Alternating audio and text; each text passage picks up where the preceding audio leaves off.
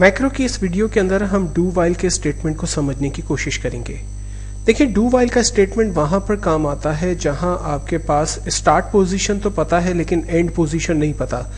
मिसाल के तौर पर जैसे हमने अपनी लास्ट वीडियो में फॉर के स्टेटमेंट को समझने की कोशिश की थी, तो हमने लाइक एक वेरिएबल ले लिया था x और हमने कहा था x बराबर है 1 till 10 के। ठीक है, तो वो क्या होता था, x जो है वो 10 टाइम्स रन होता था, फॉर उसे 10 टाइम्स जो है वो रन करवाता था। लेकिन अगर सपोज कि कोई ऐसा स्टेटमेंट आपको लिखना है जिसमें आपको एंड पोजीशन पता ही नहीं है, तो फिर आप वहां फॉर की स्टेटमेंट को यूज नहीं करेंगे, वहां आप डू वाइल को यूज करेंगे। और इसकी छोटी सी एग्जांपल मैंने यहाँ पर बनाई है। सपोज करें मेरी इस वर्कशीट में कॉलम बी पर कुछ स्टाफ के नाम लिखे हुए, अज्यूम करें कि ये डिफरेंट लोगों के नाम लिखे हुए, और मैं ये चाहता हूं कि कंप्यूटर खुद चेक करे कि कॉलम बी में कहां तक आखिरी वैल्यू लिखी हुई है।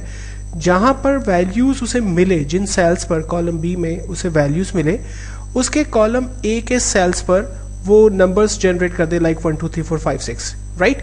तो अब मुझे ये तो पता है कि स्टार्ट नंबर 1 है, लेकिन मुझे ये नहीं पता कि एंड नंबर कहां तक होगा। तो इस सिचुएशन में मैं डू वाइल की एग्जांपल को यूज कर रहा हूं। सो मैंने एक सब रूटीन स्टार्ट किया और मैंने लिखा लाइक डू वाइल और डेमो। चूंकि डू वाइल इसका रिजर्व वर्ड है तो मैं इसे यूज नहीं कर सकता, और मैंने सबसे पहले एक वेरिएबल स्टोर करवा दिया like dim x S integer, right. और मैंने कहा कि x की वैल्यू बराबर होगी 1 के, यानी x जब पहली दफा चलेगा तो उसके अंदर पहला नंबर 1 स्टोर होगा।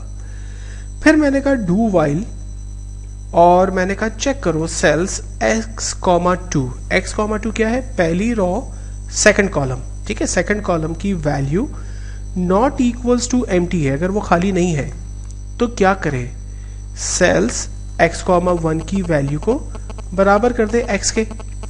तो x, 1 पहली रो पहले कॉलम की वैल्यू को बराबर कर दे x, तो जब x पहली दफा चलेगा तो उसमें क्या पड़ा होगा 1। अब x को जब दोबारा चलना है तो उसके अंदर 2 आ जाना चाहिए, तो इसलिए मैंने कहा x बराबर है x प्लस 1 के, यानी x में जो भी वैल्यू पड़ी हुई, सपोज x में पहली वैल्यू पड़ी हुई 1, तो अगर उसके अंदर प्लस 1 हो जाएगा तो x में अब वैल्यू क्या आ गई 2।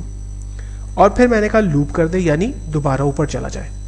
फिर x के पास अब की बार वैल्यू है 2, तो वो चेक करेगा सेकंड रो सेकंड कॉलम की वैल्यू, अगर नॉट इक्वल्स टू एम्प्टी है तो सेकंड रो के फर्स्ट कॉलम पे वैल्यू प्रिंट कर देगा x यानी 2, और फिर जब नीचे आएगा तो x में प्लस 1 हो जाएगा 3, और फिर ये लूप ऊपर चला जाएगा।